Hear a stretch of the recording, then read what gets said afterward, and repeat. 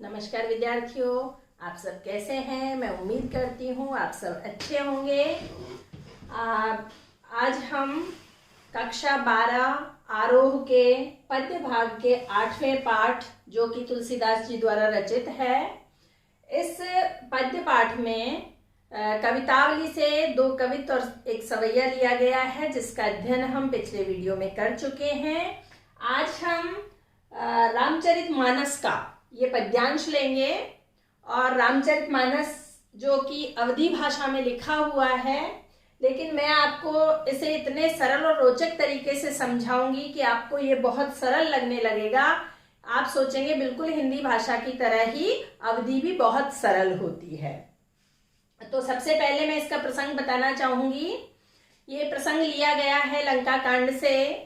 जब राम और रावण के मध्य युद्ध होता है, उस युद्ध में लक्ष्मण को शक्ति बाण लगता है। लक्ष्मण मूर्छित हो जाते हैं, जैसा कि यहाँ शीर्षक में आपको पता चल रहा है, लक्ष्मण मूर्छा और राम का विलाप। लक्ष्मण जब मूर्छित होते हैं तो उन्हें अपनी गोदी में लेकर के राम किस तरह से विलाप कर रहे हैं, एक साधारण मनुष्य की भांति, एक अवतारी पुरुष की तरह नहीं, एक साधारण मनुष्य जब अपने प्रियजन के बिछुड़ जाने पर किस तरह से प्रलाप करता है, किस तरह से विलाप करता है, वो यहाँ तुलसीदास जी के द्वारा दिखाया गया है। तो ये प्रसंग की जो शुरुआत होती है, लक्ष्मण के जब शक्ति बाण लगता है, सुषेण वैद्य को लाया जाता है और वैद्य जी कहते हैं कि इसका उपचार करने के लिए संजीवनी बूटी की आवश्यकता है।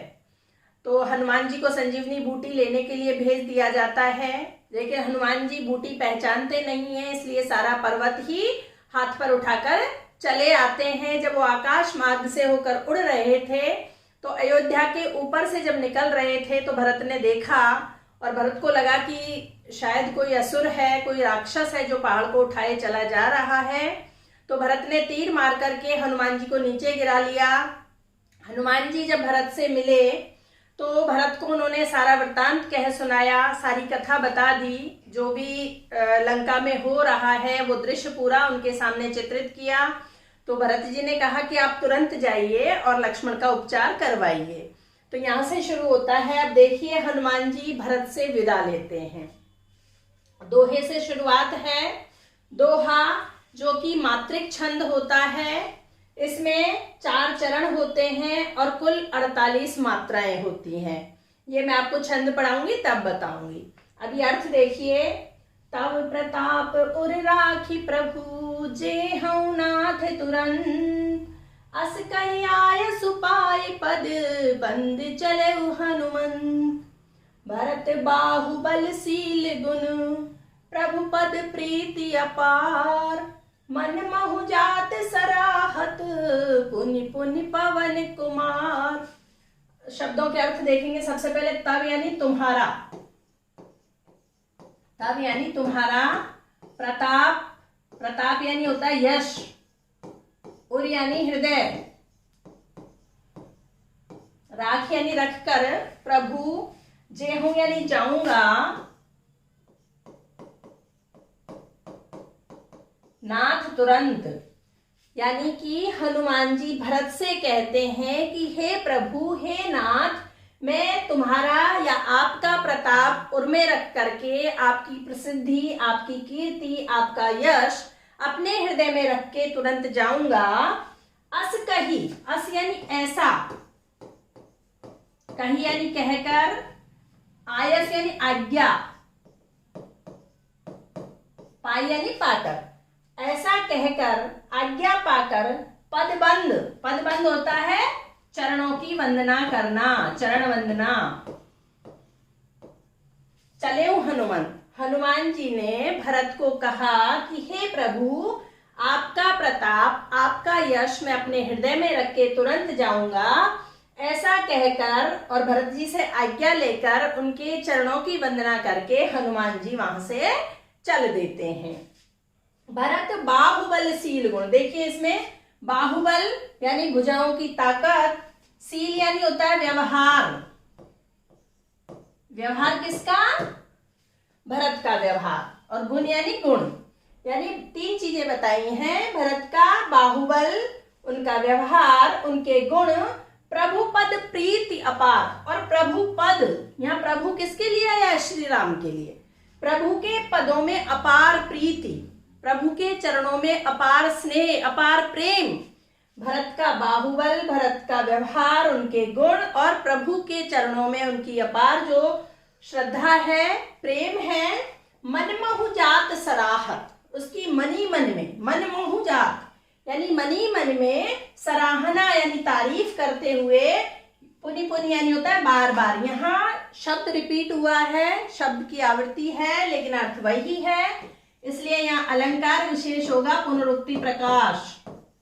इसको नोट कर लेंगे, पुनरुक्ति प्रकाश अलंकार होगा। और जब शिल्प सौंदर्य संबंधी प्रश्न पूछे जाते हैं पद्यांश पर आधारित, तो उसमें 2-2 नंबर के प्रश्न पूछे जाते हैं, उसमें अलंकार का भी 2 नंबर का अलग से प्रश्न होता है। पुनि पुनि पवन कुमार, पवन कुमार कौन है? हनुमान जी, पवन के कुमार, पवन के बेटे, पवन पुत्र हनुमान के लिए आया है। तो हनुमान जी मन ही मन बार बार सराहना कर रहे हैं किसकी? भरत के बाहुबल की, उनके व्यवहार की, उनके गुणों की और प्रभु राम के चरणों में अपार प्रेम की। मैं उम्मीद करती हूँ दोहा आपको समझ में आया होगा।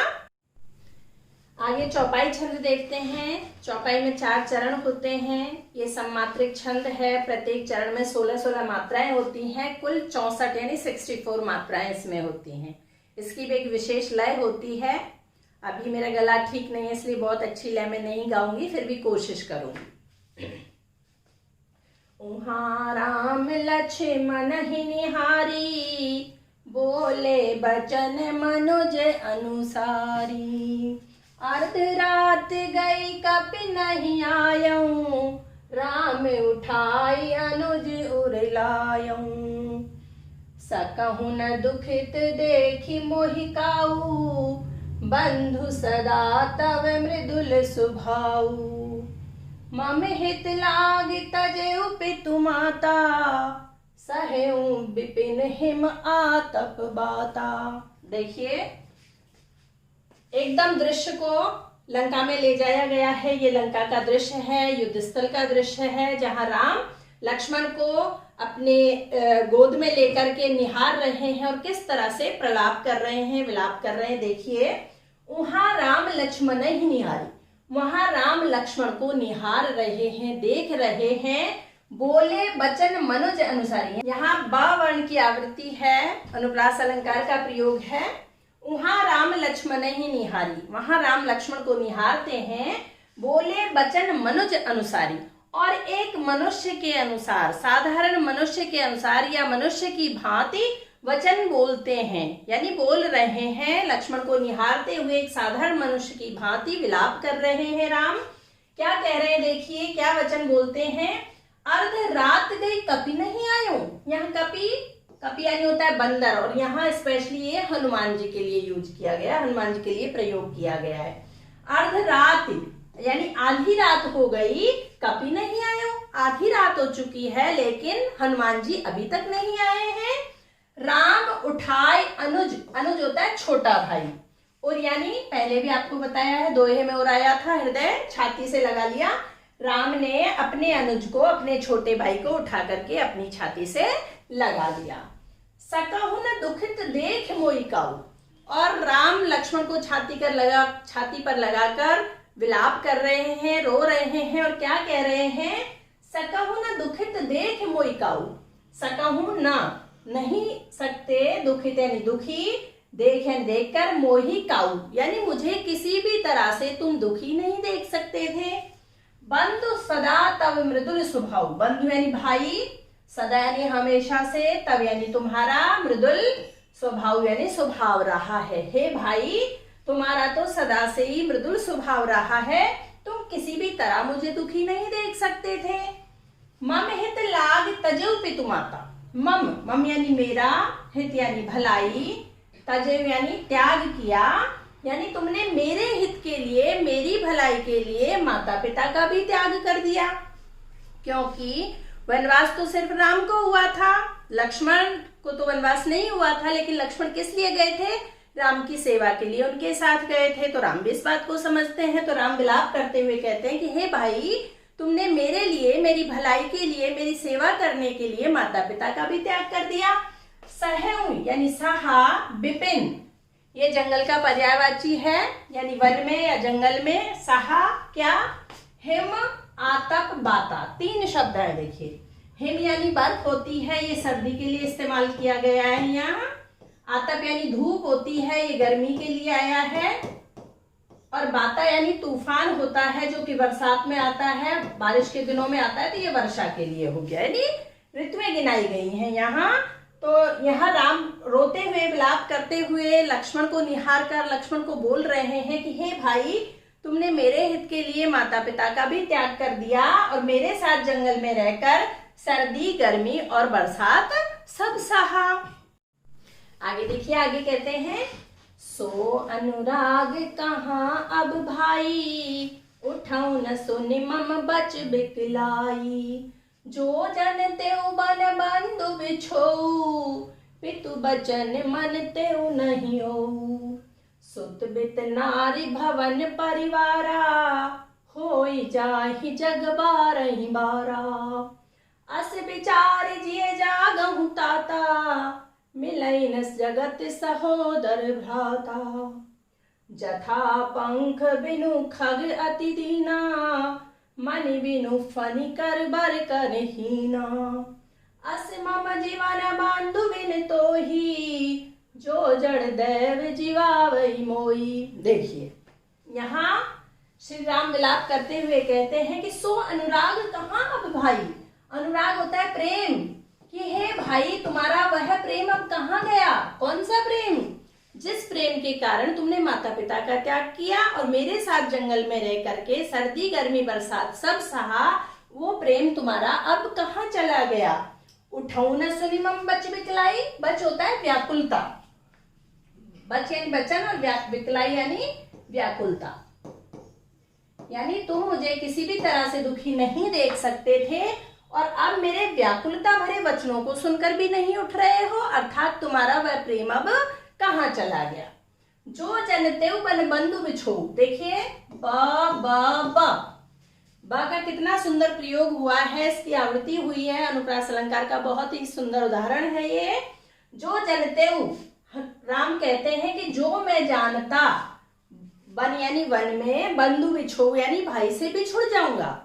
जो मैं ऐसा जानता कि जंगल में जाने के बाद अपने भाई से मैं बिछुड़ जाऊंगा। पितु बचन मनते हूं नहीं हो, तो मैं पिता के वचनों को भी नहीं मानता। राम मर्यादा पुरुषोत्तम है और अपनी मर्यादा भूलते हुए कह रहे हैं। क्यों भूल रहे हैं मर्यादा? क्योंकि अभी उनकी मन स्थिति ठीक नहीं है, उनका प्रिय भाई उनसे बिछुड़ रहा है।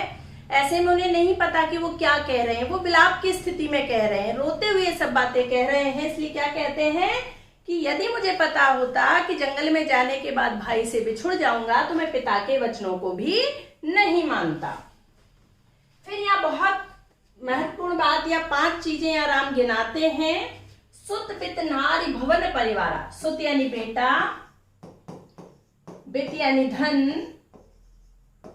नार यानी पत्नी के लिए आया है स्पेशली, भवन घर और परिवारा यानी परिवार। यानी 5 चीजें राम गिना रहे हैं कि बेटा, धन, पत्नी, घर और परिवार होई जाहि जग बारहि बारा। ये संसार में हो जाते हैं, बार बार मीन्स बार बार मिल जाते हैं। ये 5 चीजें संसार में दोबारा प्राप्त की जा सकती हैं, बार बार मिल सकती हैं। कौन सी 5 चीजें, ध्यान रखिएगा। प्रश्न जब भाव सौंदर्य पर आधारित प्रश्न आएगा तो पूछा जा सकता है। तो 5 चीजें राम बताते हैं, बेटा, धन, पत्नी, घर और परिवार। ये 5 चीजें संसार में दोबारा प्राप्त की जा सकती हैं या बार बार मिल सकती हैं। अस विचार जिए जागऊं ताता, कि हे तात, हे भाई, ऐसा विचार करके, जिए यानी मन में, जागऊं यानी जाग जाइए। हे भाई, ऐसा विचार मन में करके जाग जाइए। कैसा विचार? कि 5 चीजें संसार में बार बार मिल जाती हैं, लेकिन मिलई न जगत सहोदर भ्राता। सहोदर, सहोदर होता है सगा। ये 2 शब्दों से मिलकर बना है, सह प्लस उदर मिलके बना है।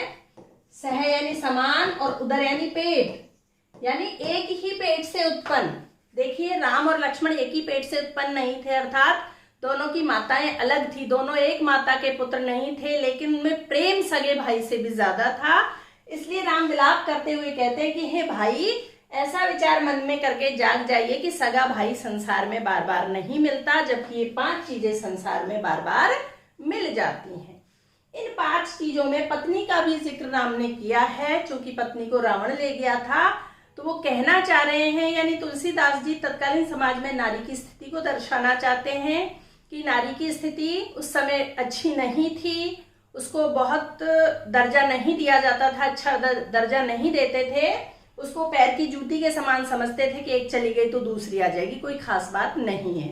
तो उसी बात को यहाँ राम बताते हैं, जबकि उन्होंने एक पत्नी व्रत लिया हुआ था, उस सीता के अलावा किसी और के बारे में सोच भी नहीं सकते थे, फिर भी उन्होंने क्या कहा है कि ये 5 चीजें संसार में बार बार मिल जाती हैं, लेकिन सगा भाई नहीं मिलता, कि हे भाई ऐसा विचार मन में करके ही जाग जाइए।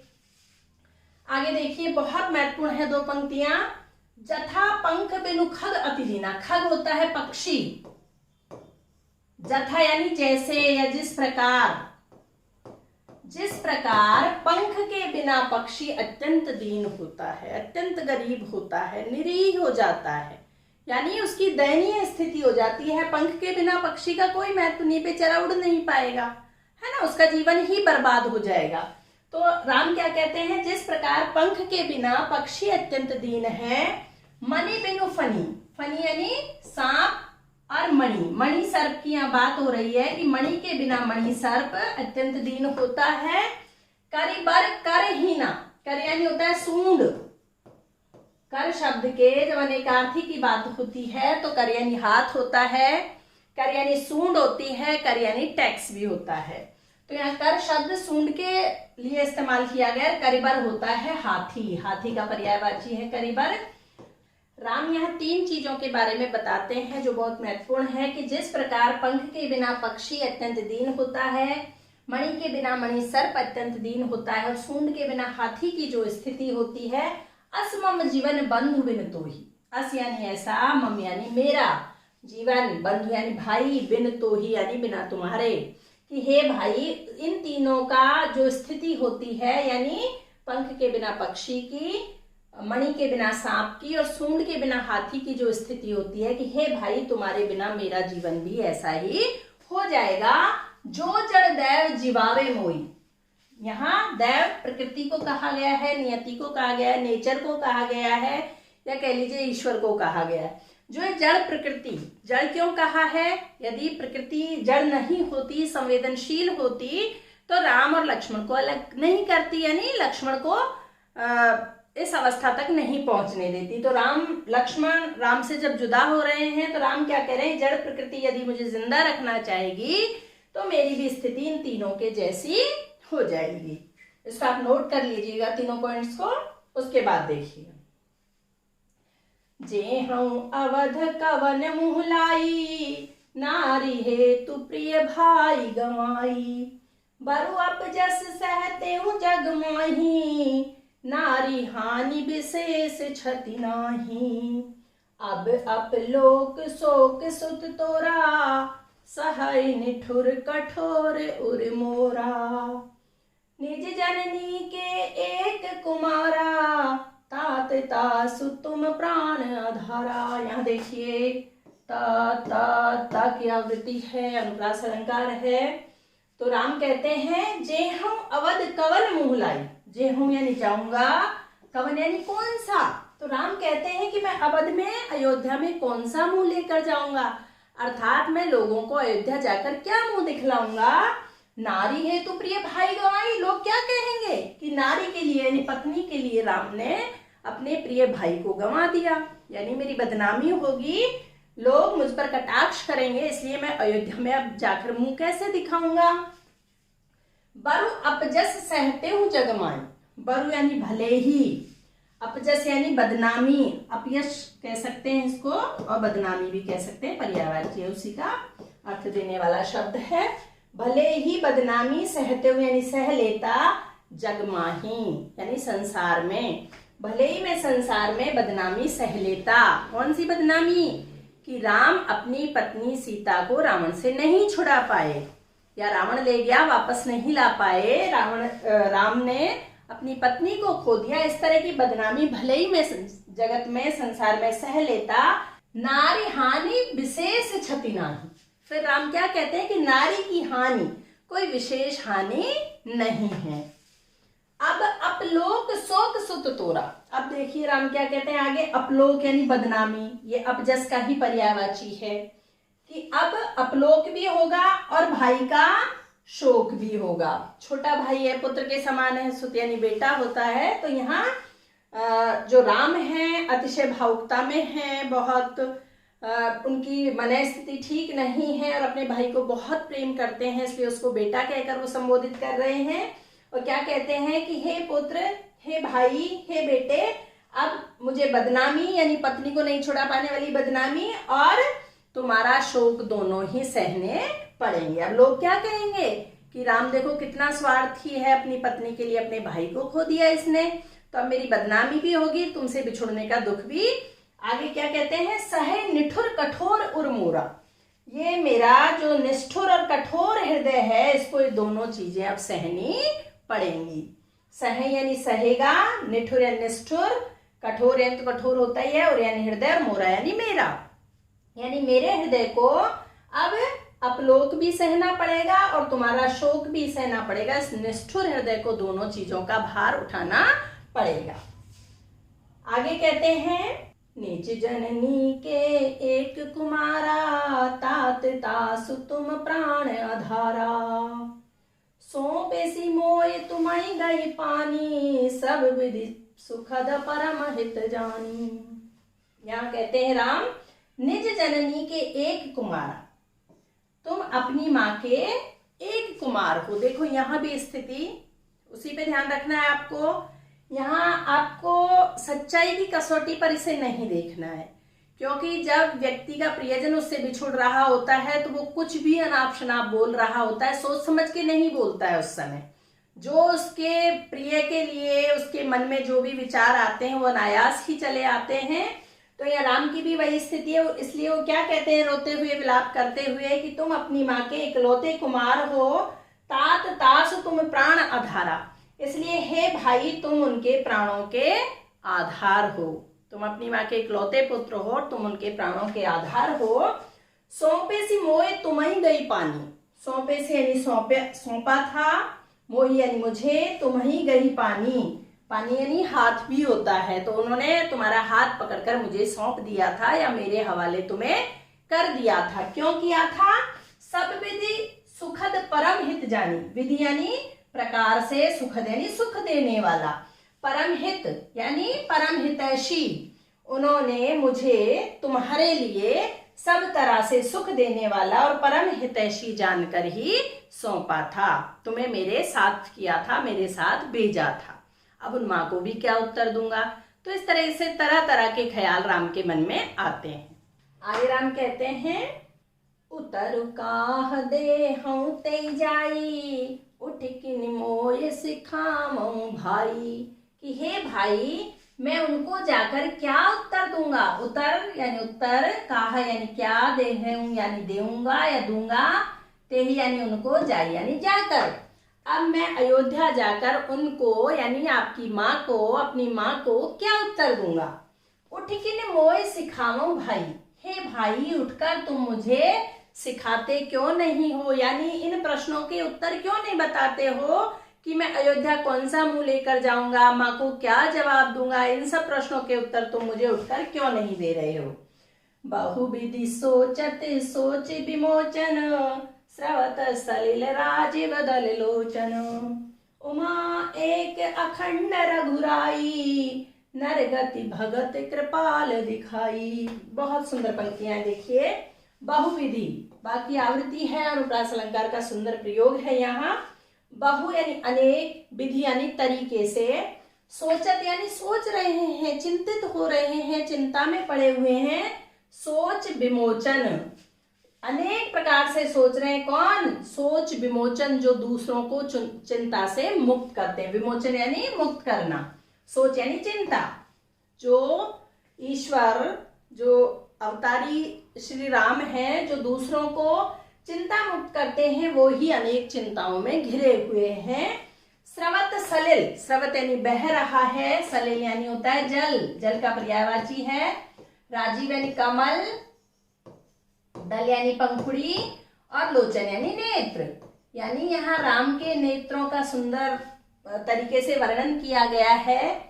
और यहाँ रूपक अलंकार का प्रयोग है कि राम की आंखें कैसी हैं, राजीव दल के समान। लोचन क्या है, राजीव दल है, कमल की पंखुड़ी है, कमल की पंखुड़ियों के समान सुंदर नेत्रों से जल बह रहा है, अर्थात राम रो रहे हैं। अपने भाई को लेकर के राम रो रहे हैं और तरह तरह की चिंताओं से घिरे हुए हैं जो दूसरों को चिंता मुक्त करते हैं। उमा एक अखंड रघुराई, नरगति भगत कृपाल दिखाई। देखिए ये दृश्य इस तरह से है, शिव और पार्वती सारा दृश्य देख रहे हैं और पार्वती जी स्त्री सुलभ प्रश्न जो होते हैं मन में उस तरह से प्रश्न करती हैं और शिव को बोलती हैं कि आप तो कहते हो ये तो अवतारी हैं या पूर्ण ब्रह्म हैं, यदि ब्रह्म है तो अपने भाई को जिंदा क्यों नहीं कर रहे हैं, ये साधारण मनुष्य की भांति विलाप क्यों कर रहे हैं। इस तरह के सवाल जब पार्वती जी शिव से करती हैं तो शिव पार्वती जी को क्या जवाब देते हैं। उमा पार्वती जी का ही पर्यायवाची है। उमा एक अखंड रघुराई, अखंड जिसके कोई खंड नहीं किए जा सके अर्थात पूर्ण। यानी शिव पार्वती जी को कहते हैं कि हे उमा, हे पार्वती, ये पूर्ण ब्रह्म है, पूर्ण रघुराई हैं, लेकिन ऐसा क्यों कर रहे हैं उसका जवाब देते हुए कहते हैं नरगति भगत कृपाल दिखाई। नर की गति दिखाई है उन्होंने, मनुष्य की स्थिति दिखाई है, भक्तों पर कृपा करके दिखाई है। यानी भक्तों पर कृपा करने के लिए राम ने ये लीला की है और एक साधारण मनुष्य की स्थिति को, साधारण मनुष्य की दशा को यहाँ दर्शा रहे हैं, लीला कर रहे हैं, इसलिए ऐसा विलाप कर रहे हैं। आगे देखिए सोरठा है। सोरठा दोहे का उल्टा होता है, ये भी मात्रिक छंद है। जिस तरह से दोहे में पहले और तीसरे में और दूसरे और चौथे में समान मात्राएं होती हैं, वैसे इसमें भी होती हैं लेकिन उल्टी हो जाती हैं। यानी दोहे में दूसरे और चौथे में है वो पहले और तीसरे में हो जाती है, जो पहले और तीसरे में है वो दूसरे और चौथे में चली जाती हैं। यानी दोहे में तुकबंदी लास्ट में होती है और सोरठा में तुकबंदी बीच में आ जाती है, क्योंकि इधर वाला चरण इधर हो गया, इधर वाला इधर हो गया, इसलिए वही 48 मात्राएं होंगी। देखिए इसकी लय दोहे की उल्टी होगी कैसे।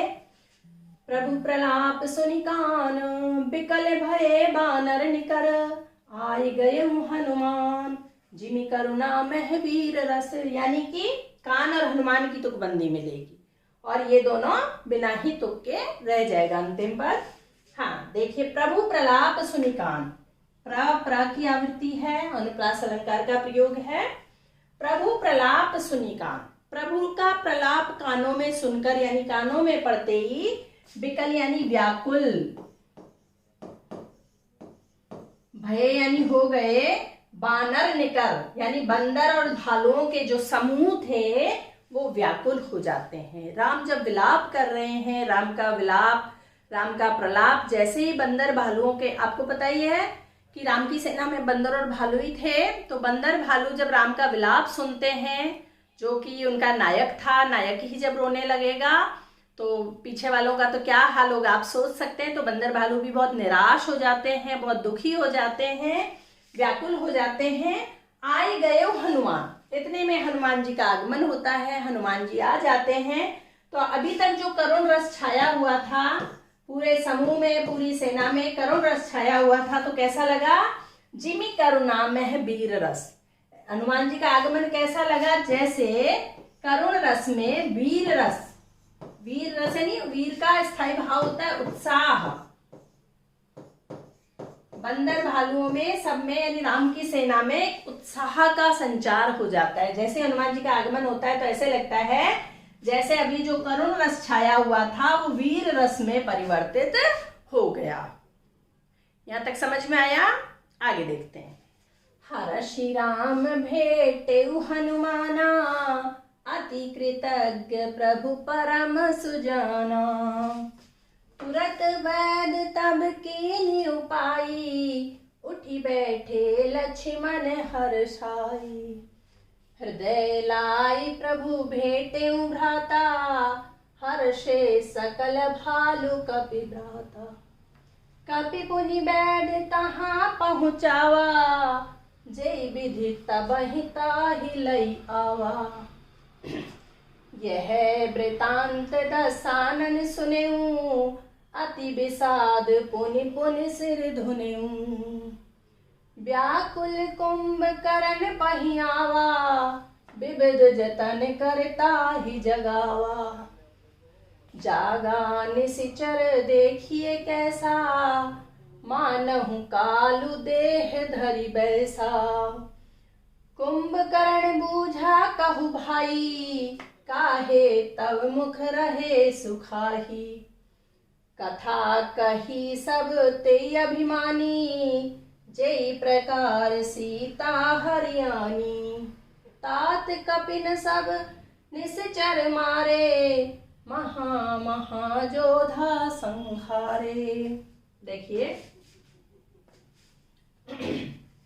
हर्षि राम भेटे हनुमाना। अभी हमने सोरठा में पढ़ा कि हनुमान जी का आगमन हो जाता है, तो हनुमान जी को देख करके राम बहुत हर्षित हो जाते हैं, बहुत प्रसन्नचित्त हो जाते हैं। तो खुश होकर के भेटे हनुमाना, हनुमान जी से भेंट करते हैं, हनुमान जी से मिलते हैं।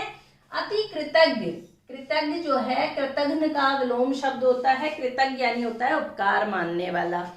तो जो श्री राम है हनुमान जी का बहुत उपकार मानते हैं। अरे अति कृतज्ञ, प्रभु परम सुजाना, प्रभु परम चतुर जो श्री राम जी हैं वे अति कृतज्ञ हो जाते हैं, यानी हनुमान जी का बहुत उपकार मानते हैं। तुरंत वैद्य तब कीन उपाय, उपाय यानी उपचार करना। वैद्य तो पहले से ही वहां मौजूद थे, तो जैसे ही संजीवनी बूटी वहां आ जाती है तो तुरंत वैद्य ने उपचार करना शुरू कर दिया। और उपचार का जो प्रभाव हुआ, उठी बैठे लक्ष्मण हर्षाई। लक्ष्मण जी हर्षित होकर, प्रसन्न होकर के उठ बैठते हैं, अर्थात बैठ जाते हैं, सही हो जाते हैं, उनकी मूर्छा टूट जाती है। हृदय लाई प्रभु भेटे भ्राता। तो राम ने अपने भाई को खुश होकर के गले से लगा लिया। हर्षे सकल भालू कपि भ्राता। हर्ष यानी खुश हुए, सकल यानी सभी, भालू और कपि, भालू और कपि यानी बंदर, भ्राता उनका जो समूह था, बंदर और भालुओं का जो समूह था, वो सब खुश हो जाते हैं, हर्षित हो जाते हैं। कपि पुनि बैद तहाँ पहुंचावा। यहाँ जो कपि आया है, कपि यानी बंदर होता है, लेकिन हनुमान जी के लिए आया है कि हनुमान जी ने पुनि यानी पुनः, वैद्य यानी वैद्य को तहाँ पहुंचावा, वहां पहुंचा दिया। जय विधि तबहि ताहि लई आवा। जिस विधि, जिस तरीके से पहले उन्हें लेकर आए थे, उसी तरीके से उन्हें उनके स्थान पर, उनके घर, उनकी जगह पर पहुंचा दिया। यह वृतांत दसानन सुने। दसानन रावण, और वृतांत यानी कथा, पूरी कहानी। यह घटना, यह कथा, यह वृतांत जब रावण ने सुना, अति विषाद, बहुत दुखी हुआ। पुनि पुनि सिर धुने, और बार बार अपना सिर पीटने लगा, सिर ठोकने लगा। ओके, सिर को धुनने लगा। सिर धुनना मुहावरा है, यानी रावण ने जब ये सारी बात सुनी कि लक्ष्मण की मूर्छा टूट चुकी है, तो वो बहुत दुखी हुआ, और दुखी होकर के बार बार अपना सिर पीटने लगा, यानी निराश हो जाता है रावण। व्याकुल कुंभकर्ण पहियावा, और वो व्याकुल के होकर के बेचैन। देखिए, बेचैन शब्द बे उपसर्ग है जो कि उर्दू का है, और चैन यानी आराम, और बे का अर्थ होता है नहीं, यानी जिसको आराम नहीं, जिसको चैन नहीं।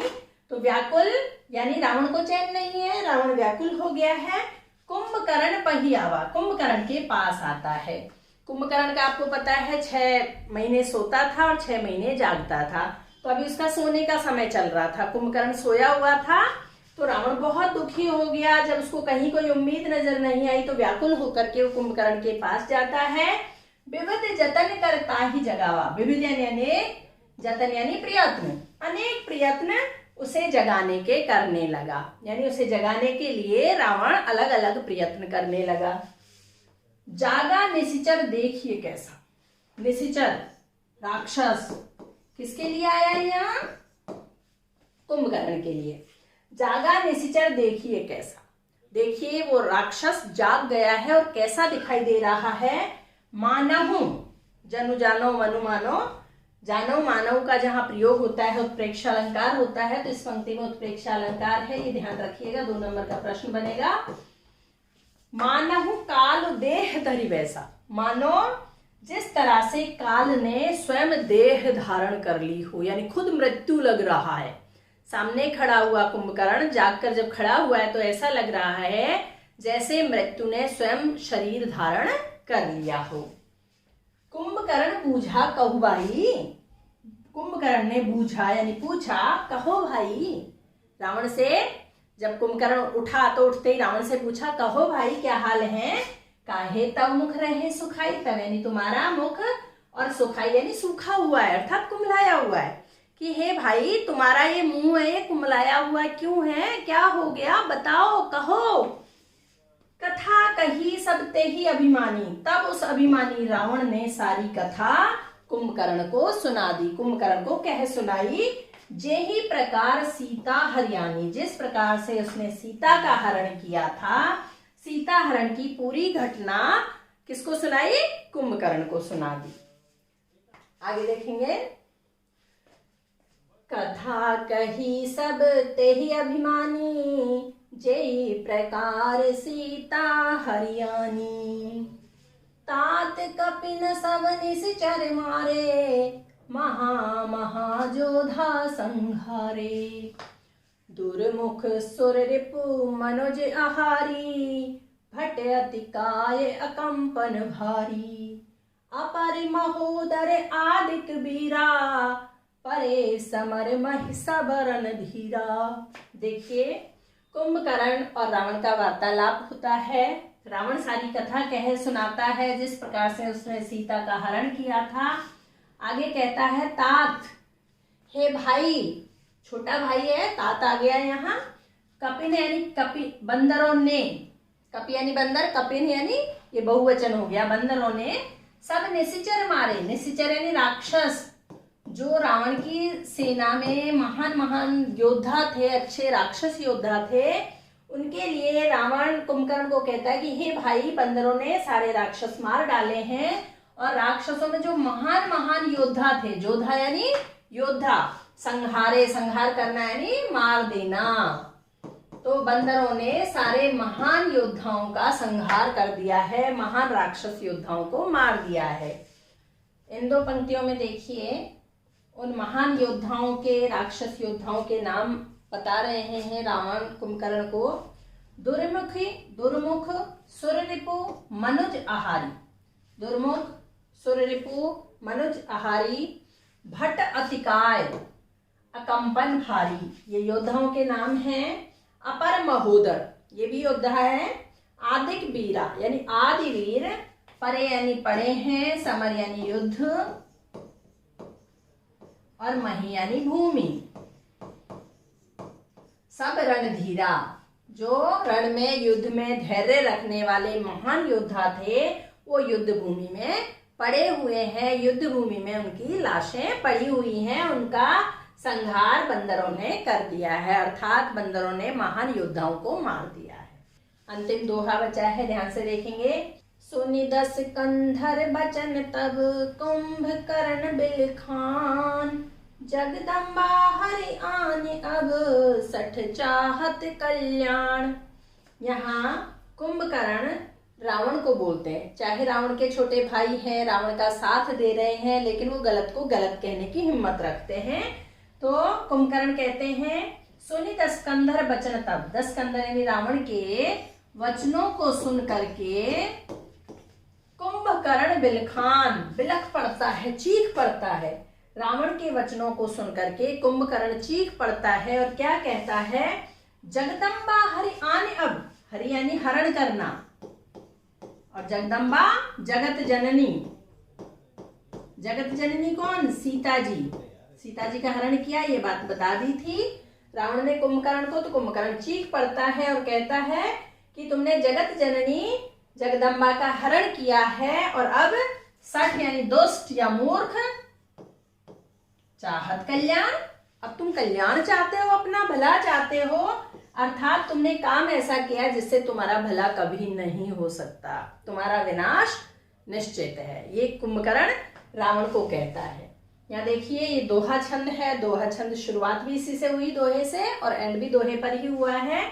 दोहा जो कि कुल 48 मात्राएं होती हैं और इसके यानी दूसरे और चौथे चरण में 11-11 मात्राएं होती हैं और ये पहला और ये तीसरा चरण, इनमें 13-13 मात्राएं होती हैं। तो 13-13 और 11-11 मिला करके और कितनी हो गई? 48 मात्राएं हो गई। ये दोहा छंद है। ये पाठ यहीं समाप्त होता है। मैं उम्मीद करती हूँ ये काव्यांश आपको बहुत अच्छे से समझ में आ गया होगा और इसमें से जितने भी शिल्प सौंदर्य या भाव सौंदर्य संबंधी प्रश्न पूछे जाएंगे उनके उत्तर आप बहुत अच्छे से दे पाएंगे और पूरे अंक ला पाएंगे। वीडियो आपको कैसी लगी कमेंट बॉक्स में जरूर बताएं। वीडियो देखने के लिए बहुत बहुत धन्यवाद।